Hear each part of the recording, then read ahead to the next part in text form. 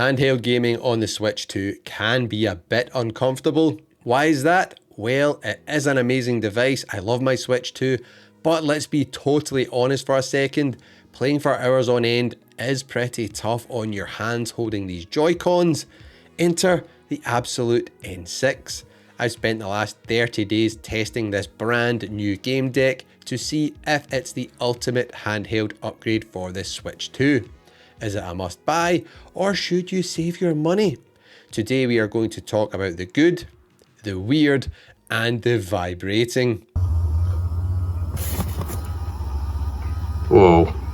Let's start right off with the tech and how this thing actually connects to your Switch 2. This isn't a Bluetooth controller, it slides directly into the USB-C port on the bottom of your Switch 2.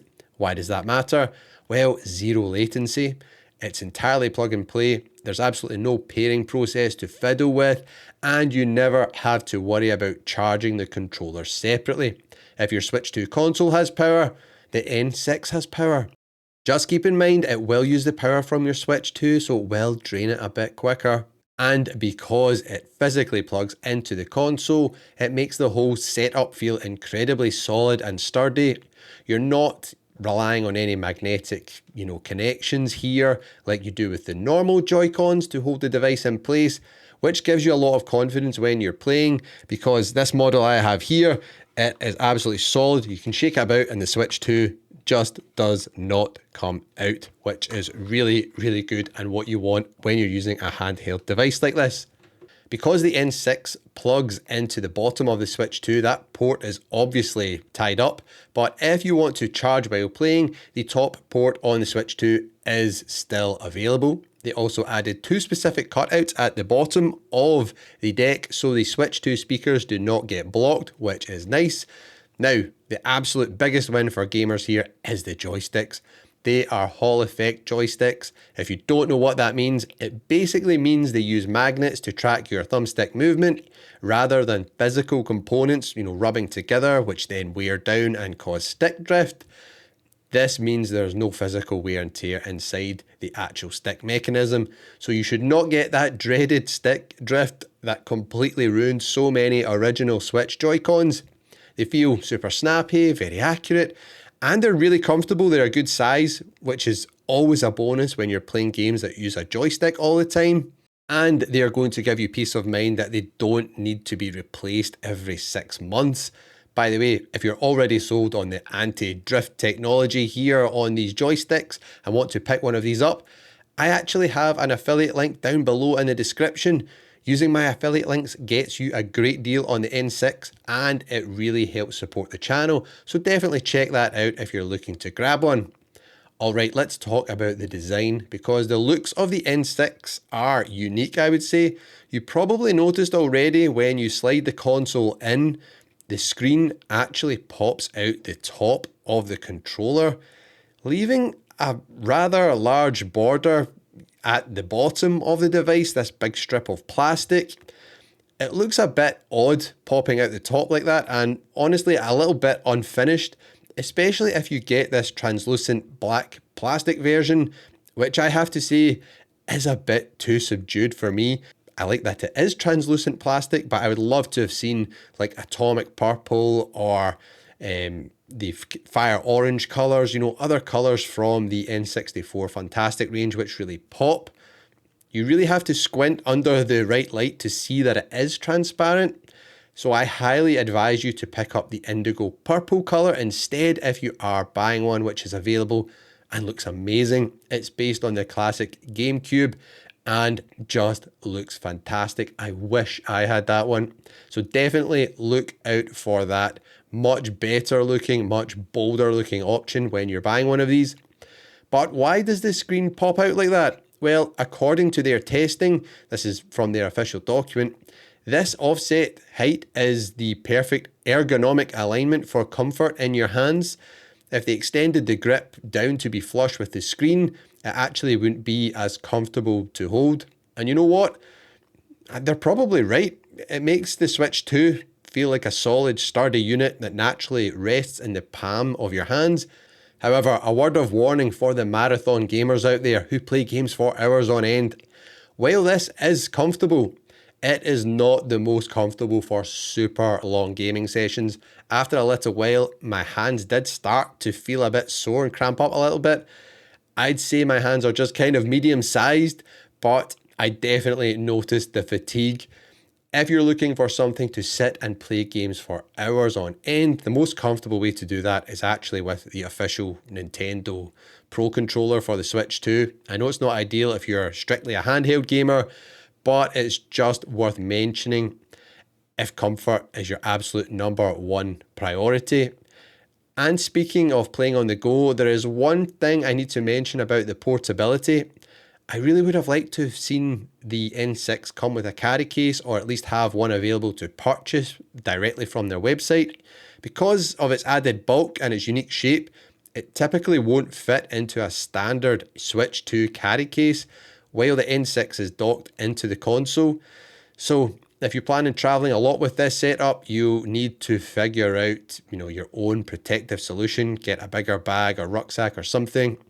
Moving onto the face of the device, the layout is exactly as you'd expect. You've got your standard plus and minus buttons, your ABXY face buttons, the home button, the capture buttons there for your photos and videos, and of course, the brand new Switch 2 exclusive chat button, which, does anyone actually use this? I've not really used it yet at all, but it's there too. They also included a macro button on the front. Programming it is incredibly easy. You literally just hold it down, map the back buttons to whichever face button you want them to be. And in case I didn't actually mention it, yes, there is back buttons on this device, which is pretty cool and handy for, battle royale games or first person shooters. Having those back buttons mapped, can give you a bit of an advantage, which is super handy. On the left side, we've got an actual proper D-pad. This is much better than the 4 separate directional buttons on the official Joy-Cons. However, it's positioned slightly lower than where the Joy-Con D-pad usually sits. Because of this, you do need to bend your thumb a bit more to use it, which makes it slightly less comfortable over time.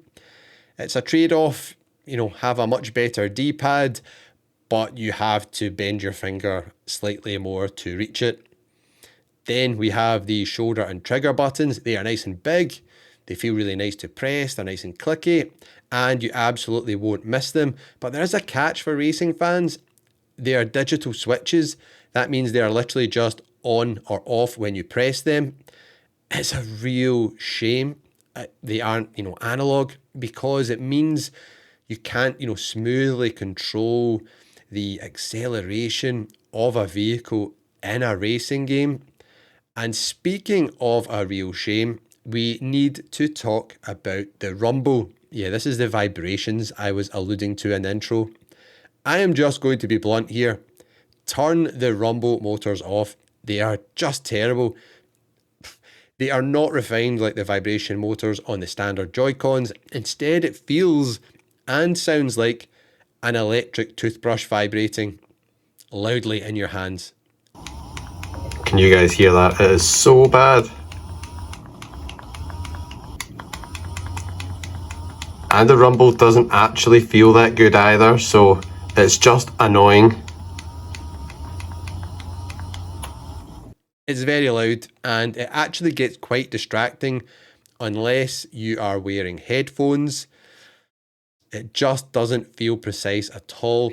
You will know exactly what I mean the second you use one of these things. I highly advise just going into the settings and turning the vibration completely off, especially in games like Donkey Kong Bonanza, where it just rumbles constantly. I was like, oh man, I need to turn this off. This is bad.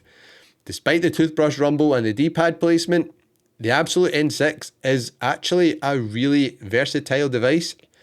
It is genuinely great for playing loads of types of games. You've got fighting games, shmup games, open world adventure games like Donkey Kong Bonanza that I just mentioned, RPGs, you name it, you will have a good time with this device.